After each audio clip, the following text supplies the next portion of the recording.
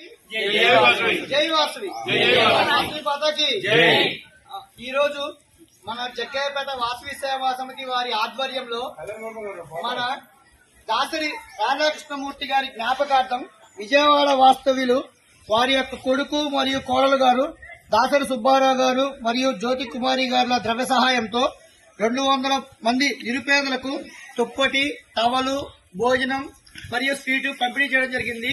ఈ కార్యక్రమానికి మా యొక్క సేవా సమితి వారిని ఇన్వైట్ చేసిన వారికి వారి కుటుంబ సభ్యులకు హృదయపూర్వక ధన్యవాదాలు. వారికి వాసవి పరమేశ్వరి అమ్మవారి ఆశీస్సులు ఉండాలని మనస్ఫూర్తిగా కోరుకుంటున్నాము.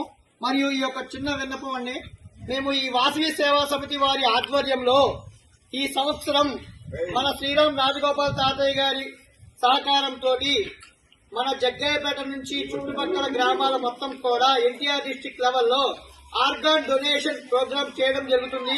కాబట్టి ఎవరైనా చనిపోయిన వాళ్ళ యొక్క అవయవాలను దానం చేయాలి అనుకుంటే మా వాసవి సేవా సమితి వారిని సంప్రదించగలరని కోరుతూ తెలియజేయడం. Thank you so much.